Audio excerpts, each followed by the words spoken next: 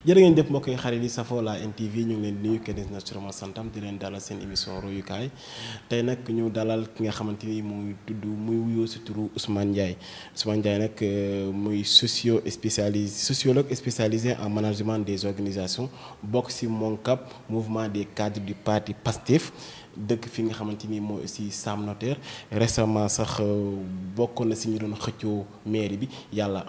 dogalu ko loolu lépp dinañ ko waxtaanee seen biir royukaay retracé parcours am fi jaar-jaaram ak fi mu toll ci réew mi loolee mooy menu émission bi kon duñ def lu bàyyi ko mu nuyoog téléspectateurs yi nga xamante ñoo safoo NTV mi émission bi nga xamante ni mooy royukaay si Ousmane ñu ngi lay nuyu ñu bàyyi la nga nuyoog téléspectateurs yi nga xamante ñoo ñu seetaan. maa ngi lay fay Momar. Di rafetlu sa teewaay fii ci kër gi di nuyu également say téléspectateurs dinañu neex trop ñu partager ak yow waxtaan ak yow sunu ay jaar-jaar donte xëy na amul solo waaye du ñàkk sénégalais yoo xamante ne nii xëy na ay ndaw lañ ñoo leen mag tuuti mën nañ ci inspiré wu. Donc loolu dinañu neex trop man nag maa ngi tudd Ousmane Ndiaye ñu may gën a woowee Sams Ousmane Sams Ndiaye. maa ngi dëkk Géejawaay fi laa juddoo fi laa yaroo fi laa màggee fi laa jàngee aussi fii ci Géejawaay école bi ñu naan école 15 marché Sam pour ñu xam Géejawaay après collège bi ñuy wax Amadou Timbo Bari ensuite lycée Limamoulaye donc pur produit de Géejawaay. Ousmane Ndiaye nit la boo xamante ne nii. Ku bëgg réewam la loolu laa ko mën a wax ku bëgg réewam la ku bëgg dëkkam la fi mu dëkk Géejawaay ku ko fonk la ku yéene Sénégal la ku yéene Géejawaay la koo xamante ni xëy na ba mu xàmmee ba tey ñu ngi ko yar ci xam-xam ak njub am ay waajur yoo xamante ni ñu bëggoon xam-xam lañ ak njub donc xam-xam ak njub boobu daal ci leen ñu yar ba tax na lépp loo xamante ni ñu ngi koy def rek ak suñu yéene mooy ñu servir suñu dëkk muy Géejawaay muy Sam Notaire muy Sénégal mais lépp rek xëy na ci xam-xam ak njub su ma ko doon tënk daal xëy na foofu laa koy tënk maintenant su ma doon xóotal aussi ñu yokk ci ak taalibe xam-xam ak njub ak taalibe ay taalibe murid lañ ci lañ juddu ci lañu yaru ci lañu nàmpatal waaye tamit ci lañ gëstu bañ demee ba màgg ba gëstu aussi dafa dëggal rek ci liñ judd donc su ma doon tënk Ousmane Sams kooku mooy Ousmane Sams Ndiaye. njub gi ak xam-xam bi da nga koy sante say ñaari waajur. waaw njub bi ak xam-xam bi moom dama koy sante sama yaay yal na ko yàlla yërëm taxaare ko àjjana. di ko santé aussi sama papa yal na yàlla guddal fanam donc ñoom daal ci yar bi xam-xam moom yitteel na leen trop ndax loo jàng doyul donte ñoom jànguñu loolu moo ci neex xam nga mënoon nga am ay parents yoo xamante ni jànguñu te dul la xiital ci am njàng ñoom jànguñu mais dañ ñoo xiital ci jàng ci xam-xam ci ñaari côté yëpp nag mooy ci wàllu diine ak ci wàllu àdduna. donc ak njub gi aussi ci yar la léegi-léegi nit ñi dañuy jaawale yar ak xam-xam nit ki mën naa yaru te du am xam-xam nit ki mën naa am xam-xam te du yaru waaw ñun nag yàlla boole nañu ak waajur yoo xamante ne nii ci njub ak xam-xam daal la ñu yar te ñu ngi leen koy santé bu baax a baax. ban année nga ñàkk sa waajur bu jigéen. 2013 sama waajur bu jigéen maa ngi ko ñàkk le 22 avril 2013 ça fait maintenant 11 ans. donc ñu ngi koy dolli ñaanal yàlla yokk yërmandeem ci moom yokk ko tawfeex ca barzaq te tabal ko àjjana fi daw si. ban kii la def si yow ban la def ci loo xamante ni boo toogee ba yàgg rek boo ko xalaatee da ngay gën a góorgóorlu. waaw dina jafe di wax si waajur nga xamante ni xëy na li nga yéene woon ci moom yëpp xëy na yàlla dogalul nga def ko ci moom ba nga commencé mënal sa bopp rek la ko fi yàlla jëlee maa ngi fàttaliku année bi mu fiy jógee je pense comme ni tabaski di waaj a ñëw yaa ngi doon góorgóorlu xëy na li nga bëggoon yëpp amoo ko mais yaa ngi doon góorgóorlu ma fexe ba lijjanti 100 000 francs jamono yooyu noonu 2013 ñëw tabaski jub si comme nii ma ñëw jox ko 100 000 francs yi ne ko yaay tey moom année bi moom dama la jëndal xaru tabaski ma jox ko mu jël ko ñaanal ma et tout ne ma 100 000 yi jox ko sa papa ma ne ko non sama papa soxlawu ko man yow laa ko yéene yow laa ko jox xam nga rek doom bu góor ak yaayam. mu ne ma non sant naa la gërëm ñaanal naa la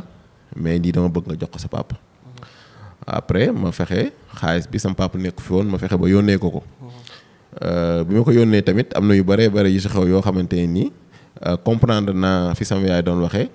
te message bi moo doon yónnee tamit comprendre naa ko xëy na du ma dugg ci yenn détails yi. sama papa aussi kontaan trop waaye taxul ma bàyyi ma jox sama papa 100 000 yi lijjantiwaat ba am 70 000 francs tàgguwuma ko ma dem jëli sama benn xarit bi ñuy wax Ablaye Anne ne ko dama bëgg a jënd sama yaay xar omu oto moom moo mu dugal ci otoom ñu dem daral maa ngi yor 70 000 moom mu yëkkati 5 000 francs tegal ma ci mi 75 000 ma jënd xar ba 75 000 moom ma indil ma ko ba ci sama kër fii Géejawaay ma jox ko sama yaay ndeysaan loolu bett ko trop mu ñaanal ma ñaan boo xamante ni ñaan bu sori la ci man année bi si topp fekkewu ko tabaski bi si topp mu leer ma ne kon su ma ko jëndu woon xar tabaski boobu noonu sama àdduna duma ko mës a jëndal xar donc loolu ay affaire la yoo xamante ne yu ma marqué la may wax rek jeunes yi nga xamante ne nii ñoo ngi encore ak seeni waajur lépp loo xamante ne nii mën nañ ko def buñ ko xeeb ak lum ndaw buñ ko xeeb mun na nekk ci jox mais mun na nekk ci affection mun na nekk ci toppatoo loo mën a defal sa waajur rek ci bi nga koy gis def ko parce que yàlla noonu la defee du ñoom tout le temps dañuy nekk ak ñun yooyu daal ay affaire yu bëri yoo xamante ne ni dund naa ko ak moom ak yu bëree bëri yoo xamante ne ni xëy na émission bi du ko voilà day xat ci émission bi. ci ban moment nga perte sa yaay ban moment bi ngay pare liggéey wala ban moment bi may pare jàng di commencer liggéey. commencer liggéey entre stage ak contrat précaire ci moment yooyu noonu la perte sama yaay dëgëru ma woon boobu noonu en 2013 maa ngi woon am benn contrat ak benn entreprise de la place donc salaire bi demeewul woon noonu à l'époque maa ngi doon liggéey mais salaire bi demeewul woon noonu donc moment la boo xamante ne nii pare nga ci jàng di ut bëgg a am yéene pour defal leen donc yàlla def avant sa yéene boobu di mottali yàlla jëlee ko fi. ñu ñëw léegi ci sa njàng. fan nga dooree bon maa ngi wax sànq école 15 Pikine naa seen 15 pour ñu xam Géejawaay après collège Amadou Timbo Bari après lycée Seydina Limamou Laye laa amee bac après bi ma amee bac ma dem université Cheikh Anta Diop de Dakar département sociologie la def ba DEA jamono yi li ñuy wax master 2 donc DEA en sociologie après ma dem BM Bordeaux école de management ma jàng foofu management def une spécialisation en gestion des ressources humaines loolu laa commencé ci liggéey bi ma defee BM def sociaux laa commencé ci liggéey dans les organisations notamment dans le domaine de la gestion des ressources humaines dans le public dans le privé et dans le parapublic actuellement maa ngi liggéey ci dans les organisations internationales mais après par la suite aussi j'ai fait des formations en psychosociologie des organisations j'ai fait des formations en transport logistique ak mobilité parce que yàlla daf ma yóbbu woon ma nekk manager des ressources humaines ci dans une organisation de transport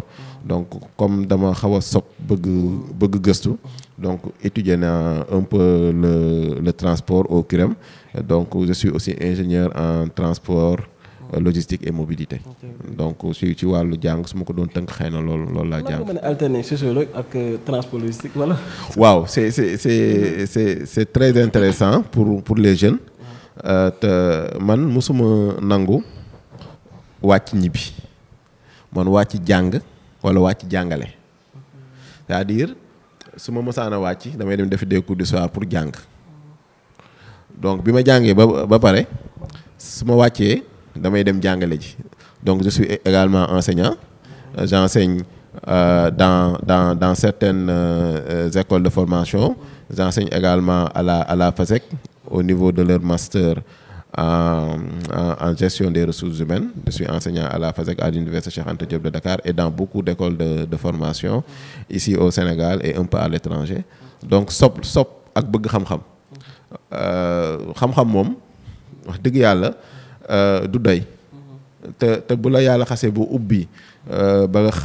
peut-être nga am yenn niveau yi loo bëgg ci xam-xam rek dalay yomb moo lay mën a permettre nga jóge ci sociologie dem ci management jóge ci management dem ci psychologie jóge ci psychologie dem ci transport ak yeneen yoo xamante ne nii xëy na tamit sama gëstu yóbbu na ma ci. Donc yooyu yëpp ay message la yoo xamante ne ni ñi nga xamante ne xëy na maa leen féete mag tuuti donc du cadre ne jàng nga am nga sa diplôme commencé nga liggéey léegi jeex na. da ngay wàcc rek 5 heures nga doon ñibbi sa kër commencer noos. Donc tu as la possibilité de faire des cours du soir, tu as la possibilité aussi de partager les connaissances avec les autres. Donc pour man jàng du wees seddoo xam-xam aussi du wees soit ngay jàng soit ngay jàngale. Voilà. Soit ngay jàng wala ngay jàngale. Yow tu choisis les deux. Moi je fais les deux man damay jàng di jàngale te li may def loolu moo ma ci gën a neex. Je suis plus à l'aise quand je suis devant un auditoire mën na nekk ay étudiants wala ay professionnels di partager ak ñoom connaissance moment boobu noonu man mooy moment bi nga xamante ni moom moo ma gën a neex. Si parcours boobu noonu tey lan nga si dund loo xamante ni tey mën nga fi nettali mu doon lu reetaan wala loo xamante dafa yaram. waaw lu reetaan lu mooy bi dafa am sama benn xarit nag dama koy tudd souvent Ablaye Anne la tudd moomu njëkk a jox classe ma jàngale. C'était un enseignant en sociologie. Vendredi après-midi nii ma dem këram ñu añ ba pare mu ne ma damay dem école kañ dem ñu dem école ma toog ci ginnaaw pour assister à son cours. J'étais encore étudiant mu jàngale ba pare à 5 minutes de ce cours bi mu woo ma présenter mes étudiants yi ne ma defar une communication devant les étudiants. C'était très difficile pour koo xamante ni mosuloo ko def voilà mais apparemment ça s'est très bien passé et les étudiants avaient apprécié. Le vendredi suivant il m'a demandé de venir mais en venant tu prépares une présentation de 30 minutes sur un sujet bien précis. Quand je suis venu je l'ai fait ça a marché noonu la ma virus bi duggee ba après par la suite noonu laa commencé jàngale pour man expérience bu passionnante la c'est-à-dire à chaque fois que tu es en interaction que mu nekk ay étudiants wala ay professionnels yàlla def na tukki naa jàngal naa wala boog échange naa xam-xam ak nationalité yu bari en Afrique et en dehors de l'Afrique des pays francophones mais également des pays yoo xamante ne ay pays anglophones lañ et da ngay xam ne xam-xam mooy dëgg li gars yi naan xam-xam moom mooy dëgg parce que quelle que soit la personne moom du la xamu la donc amul benn complexe boo xamante ne am na ko ci yow avant que tu ne viennes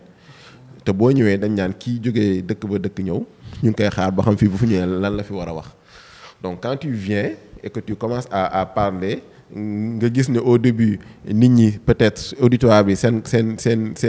ouverture day des du ñu ubbeeko comme ni ñu war a ubbeekoo mais nga gis ni quand tu commences à parler quand tu commences à expliquer les choses commencent à les intéresser et que seen kanam ni muy ubbeekoo da ngay xam ne ñi ubbiwuñ seen kanam ak seen xol parce que yow da nga leen a neex mais c'est parce que la xam-xam bi ngay wax wala message bi nga leen transmettre moom moo dugg seen xol te loolu xam-xam rek moom moo ko mën. Voilà. boo ñu doon tekkitee lan mooy sociologue yi nga xamante ni seen nasaraan soriwul baax a baax. waaw lan mooy sociologue tey. sociologue maa ngi dégg journaliste yi bu ñuy présenter sociologue mooy koo xamante ne nii xam-xamam dafa màcc ci nekkin ak dundinu askan wi. loolu la ko journaliste yi di xëy na di jéem a tekkee. Sociologue mooy koo xamante ne nii day jàngat askan doomu aadama yi buñ juddoo ba màgg di dund en société dafa am ay façon ay doxalin yoo xamante ni ñu ngi koy doxalee ñu tuddee ko ay comportement yooyu noonu en réalité mënuñu koo ñàkk a def maanaam loo xamante ni ñoom fii lañ ko fekk comportement yooyu noonu fii lañ ko fekk buñ juddoo ñu daal leen ci nàmpatal mu neex leen mu naqari leen ñoom noonu la ñuy doxee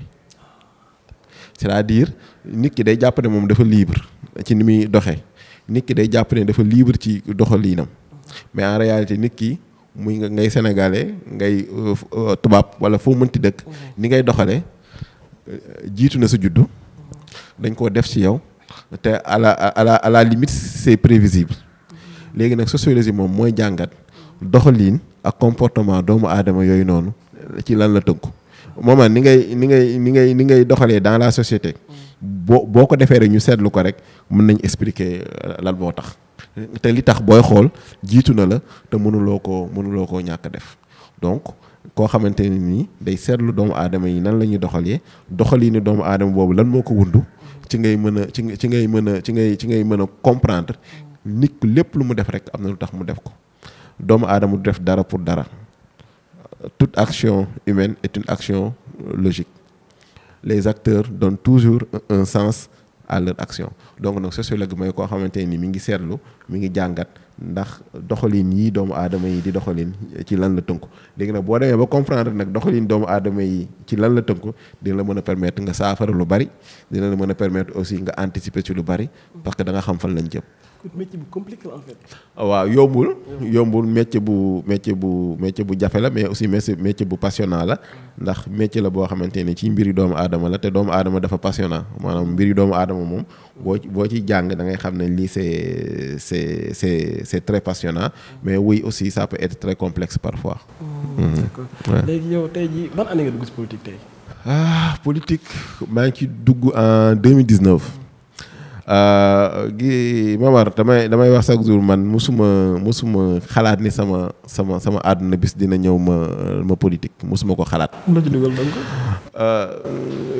li ñaan l'appel aux patriotes ou l'appel des patriotes bu Ousmane Sonko def en fait il y a deux choses xam nga nit ki da ngay juddee ci benn environnement social nga yaroo ci nga màggee ci surtout aussi au niveau de Guédiawaye yàlla di la suturaal. Par exemple boo jëlee man fi ma jàngee école 15 peut-être ay si man samay jamono ay taux de réussite ay 1% 2% 3% la doon déjà à l'école primaire boo ñëwee après ñi nga daan bokk classe ñenn ñi par faute de moyens dañuy bàyyi ñenn ñi je sais pas amuñu jamono yooyu noonu certificat ak entrée en sixième et cetera donc tu vois que ci yow ñi ngay màggandool à la limite yow mi réussir exception nga. c'est-à-dire ñun suñ environnement ñun fu ñu juddoo Géejawaay si ñun suñ jamono en tout cas xëy na peut-être affaire yi am na tuuti évolution mais ñun suñu jamono réussir kii la woon exception la woon échouer si jàng moom moo nekk la règle. les conditions yi ngay jàngee professeurs yi peut-être xëy na mën naa bañ a doy surveillance yi mën naa bañ a doy environnement social bi matewu ko y a beaucoup de facteurs qui jouent te li ci gën a garaaw mooy amuloo benn taxaw boo xamante ne nii sa dëkk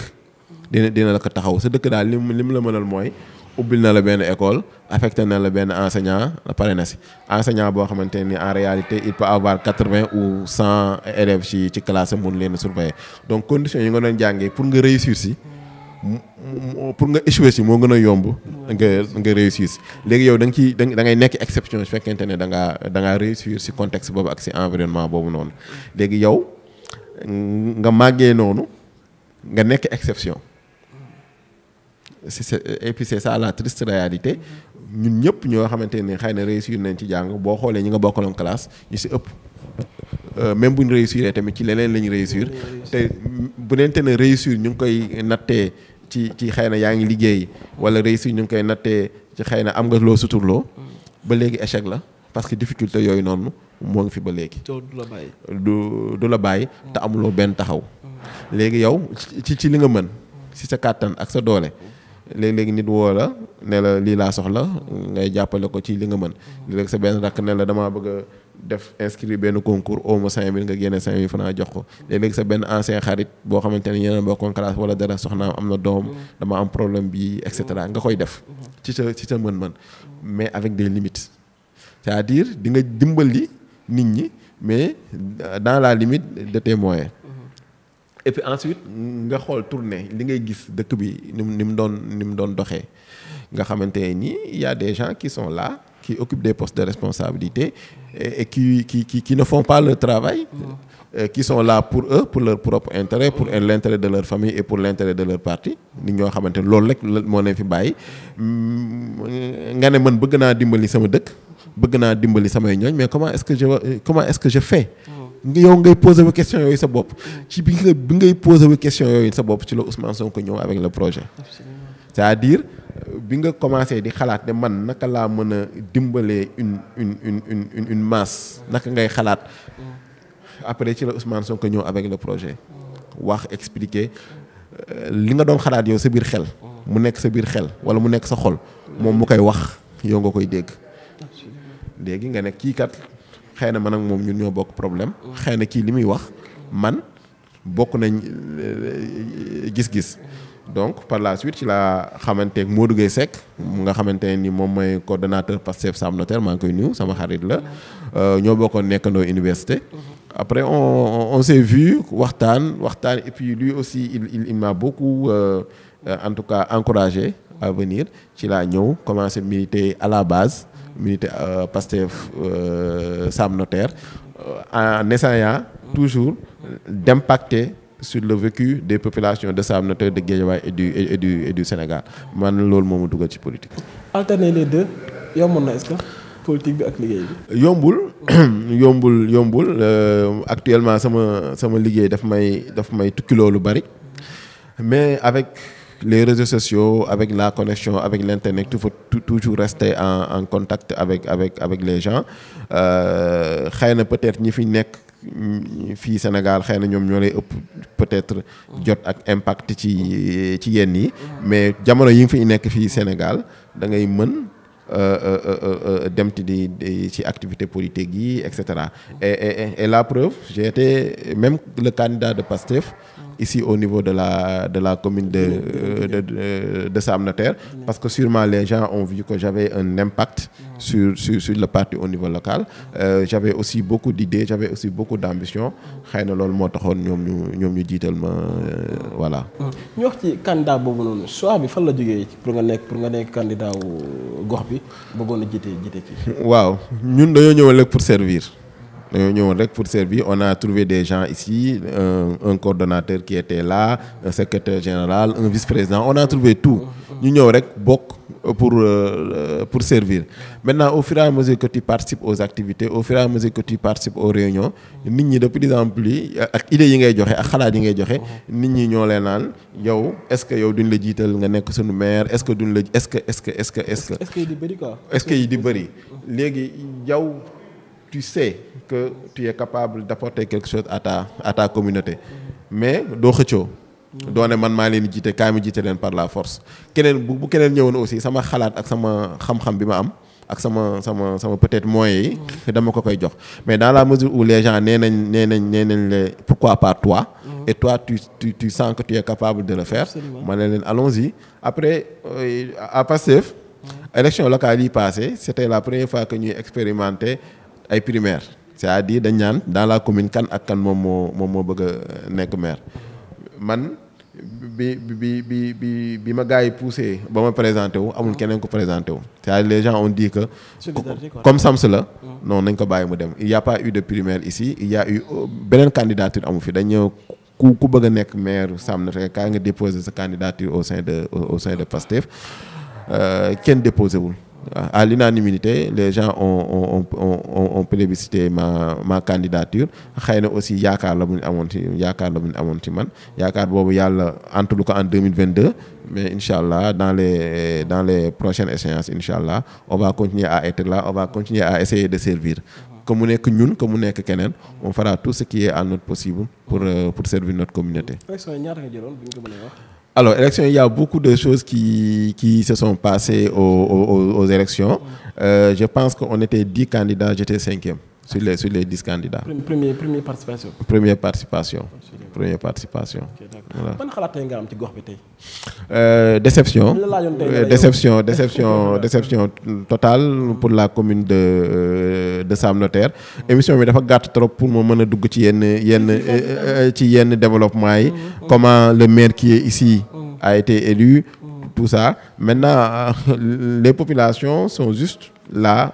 dessus pour tout ce qui est en train de se passer. Il y a eu des rapports qui épinglent la gestion ici de notre mairie. Il y a énormément de choses qui se passent au niveau local. Ce n'est pas encore le moment. Dañuy bàyyi la coalition Diomaye installé wu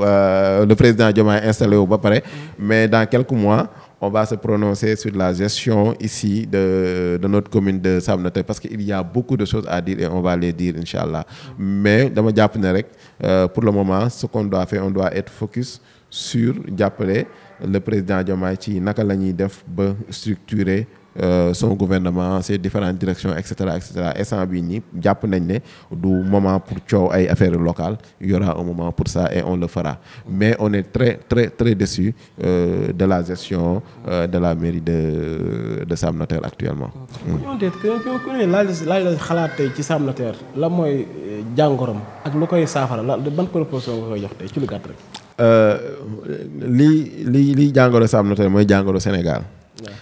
moo nekkoon jàngalo Sénégal sax laay wax parce que ñun dañoo ñëw pour saafara jàng yooyu xam nga lan la njiit yu am xam-xam jub da ngay ñëw mairie Sam Notaire déjà pour am fi benn kayit kese nga xamante ni ça devait être une banalité c'est un problème dans la nomenclature budgétaire peut-être am na yenn yoo xamante ni mënuñu koo changer xaalis bi yëpp budget fonctionnement la mairie boo xamante nii xëy na benn oto la am maire bi ne 8 millions la ñuy def ci carburant bi c'est-à-dire buñ jëlee fay salaire jënd ay carburant def ay fonctionnement li ci des lan la ay aide wala ay secours lañ koy tuddee ñu jël ko séddale ko ñoo xamante ne ñoom seen ay partisans lañ maintenant la population de Sam Notaire ñoom lan la ñuy am qu'est-ce que les différentes mairies wala les différents maires qui sont passés ici qu'est-ce qu'ils ont fait pour la commune de Sam Notaire les différents domaines de compétences yi nga xamante nii jël nañ ko jox ko les collectivités locales si chaque domaine de compétence tey jii boo doon laaj les maires le maire actuel lan la ci def du la ko wax lu dul peut-être sur le plan social secours yi muy joxe wala jënd naa ay nag tam xarit alors que il y a beaucoup de choses à faire énormément de choses à faire sur le plan de l'éducation, sur le plan de la santé, etc. Malheureusement, encore une fois, Sam Notaire n'a pas encore le maire qu'il faut et j'espère que lors des prochaines élections, dinañ ko corriger Inch'Allah. Fi mu toll nii tey boo doon def tey xayma sax teel na bien jàngat ci état bi tey bañ jàngat lay doon tey. yaakaar gu bari lañ am Momar. Sénégalais yi dañoo sas le président Diomaye et le PASTEF en général. Il y a beaucoup de choses qui se sont passées entre 2019 ak 2024 li may yàgg di wax chaque jour on est ci benn processus de changement boo xamante ne ni ba mu commencé yàgg na c'est-à-dire ñun Afrique et le Sénégal en particulier on est conscient que nit ñi doxalee suñu réew yi jëmalewuñu fenn mu jaral ñu nag depuis jamono Cheikh Anta Diop depuis jamono Mamadou Dia ñi ngi ci doon xalaat ñu bari def un travail très intéressant de conscientisation des jeunes muy continuer di avancer. On a vu beaucoup de choses ici. On a vu les rappeurs, le mouvement rap depuis les années 2000, bien avant ça, les années 2000, ils ont beaucoup contribué au changement en 2000. La conscientisation ba léegi ñu jóge foofu noonu ñu ñëw en 2011-2010 avec le mouvement Y'en a marre. Les jeunes jóge ci affaire de culture ak art ñëw ci ce que j'appelle moi l'engagement citoyen ba léegi ñu ngi ci dans la conscientisation. Léegi loolu moom moo transformé en volonté. Les gars yi dépassé nañ niveau conscientisation. Ousmane Sonko ne léegi man xam nga laa bëgg une masse critique de jeunes conscients des enjeux. Qu'est-ce que laa bëgg mu ciy dox nag gis nga cette masse critique là moom moo formé wu tey mu nekk un désir de volonté ñu bëgg ko taxaw pour jàmmaarloo ak li fi nekkoon mu jaral leen ñu ñàkk seen bakkan ñenn ñi mu jaral leen ñu tëj leen kaso ñenn ñi ñàkk si ay cër lu ne ñu ñàkk ko si parce que lan ils avaient ce désir là de changement de gis nga prise de conscience boobu ak désir boobu noonu moom moo indi Ousmane Sonko ak Diomaye tey à la tête du pays léegi nag yaakaar boobu noonu nañ def lépp luñ moom pour mu bañ a tas te pour yaakaar bi bañ a tas li des si ñun mooy ñu indil leen toutes les connaissances ak les capacités qu'il faut pour aller vers ce changement là et je pense que le président Diomaye est en train de dérouler jubal ak jubbanti la première chose à faire mooy képp koo xamante ni nommé la ci poste de responsabilité en tout cas ñun mu nekk koo xamante ni jub nga mooy une personne boo xamante ni kenn mësu ko épinglé ci benn rapport voilà kenn mësula dégg ci dara loo xamante ni naka su dul noonu la amuloo benn xaama yàlla ak justice jubal maintenant li ci des nag mooy dañoo war a xool ñi nga xamante ni nommé nañ leen naka la ñuy doxalee leur façon de faire leur façon de travailler ça c'est le jubal là c'est pas pour les anciens régimes c'est pour nous on doit montrer le chemin ñun ñoo war a wane yoon bi pour nit ñu topp ñu maintenant jub baax na ak jubal mais am na lu ci bëree bëri lu dëng loolu mooy jubbanti te jubbanti bi nag moo metti il y a beaucoup de choses qui se sont passées boo ko bëggee jubbanti da ngay tu fais face à des résistances et les résistances ont déjà commencé déjà bu ñu commencé publier rapport yi rek gars yi commencé nañoo jóg commencé créer ay contre-feux il y a une certaine presse qui est là et je le dis à la sorte d'une certaine opposition et qui est en train de se lever pour que lan c'est une forme de résistance face à ce vent de changement là mais je sais que le président Diomaye et son premier ministre sont assez conscients de ça et que duñ leen bàyyi ce qui doit être fait dans le cadre du jubbanti sera fait inchallah donc buñ jubbantee li ñu war a jubbanti ñu fi nekk jub tout ce qu'on aura dinañ ko am parce que di Ousmane Sonko yàgg a wax rek et je le répète ici ay waxam la Sénégal c'est un pays riche c'est pas un pays pauvre ñàkk chance rek moo ñu daloon am njiit yoo xamante ne nii amuñu xam-xam wala jubuñu boo amee njiit yoo xamante ne am nañ xam-xam am nañ jub fi ñu bëgg a jëmale Sénégal mën nañ ko fi jëmale incha allah. dama la dégg lay sa biir wax nga ne da nga nekk koñ boo xamante ni réussir fi ndam la benn message ngay lancer jeunes yi nga xamante ni ñoo nekk ci koñ bi di dal baax tey bu ñu jàkkaarloo yoo tey xool na tey jii amaana réussir nga surtout di bois benn message nga leen di jox nga pikki leen ko ba fu ñu toog danañ xam ne kon way war na mën a nekk. donte ñu ngi géejewaay tey. message bi may joxe mooy ñi nga xamante ne xëy na war naa leen ko jox mooy que ni c'est possible on peut le faire. am na benn psychologue bi wax mi ngi tudd defe naa sama juma Chris Argyris nee na l'homme est un potentiel insoupçonné d'action lépp ngi ci doomu aadama lépp ngi ci ñun te boo dee jeune yàlla may la wér may la xam-xam dara jomb la dara absolument rien il y a énormément d'exemples des gens qui sont nés dans des conditions yoo xamante ni buñ la ko waxoon tey la nga ne déedéet. L'ancien président du Sénégal, Macky Sall, on a vu fan la jóge on a vu là où il est arrivé même si ce qu'il en a fait après c'est dommage mais c'est un exemple de réussite pour son association nañ xool Bassirou Diomaye Faye quand le président Bassirou Diomaye Faye bi ñu demee këram dem dëkkam seeti papaam seeti yaayam rien dans sa naissance ne le prédestinait à être président du Sénégal xoolal Ousmane Sonko aussi fu mu jaar exemple yaa ngi fi gis nga nit da ngay gëm dina metti na gëm dafa metti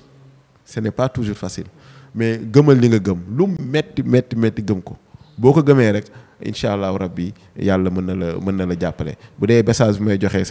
Sénégalais yi ñi nga xamante ni mën naa leen ko jox mooy li ñu nekk ak lu mu mënti doon nañ ko gëm moom yaakaar naa ne moom mooy carburant boo xamante ni mën naa jëmale nit fu ne lu nit am tey rek gëm-gëm la ko amee mais koo xamante ni sa gëm-gëm dëgërul fëkk yóbbu la loo commencé tey mu dëgër nga bàyyi ko dem defi leneen et cetera xaaroo ko fa et cetera mën naa bañ a egsi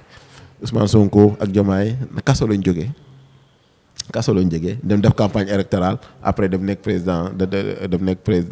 dem dugg palais loolu lan la gëm-gëm. Ils étaient prêts à sacrifier même leur vie. Pourquoi? Parce que dañoo am luñ gëm. Donc fekkente ne maa ngi joxe benn message mooy gëm waaw. mën na nekk bu ñu ko gëmee rek mën na nekk. tamit dernier mooy di la remercier équipe bi nga àndal di ñaan yàlla liñ fi wax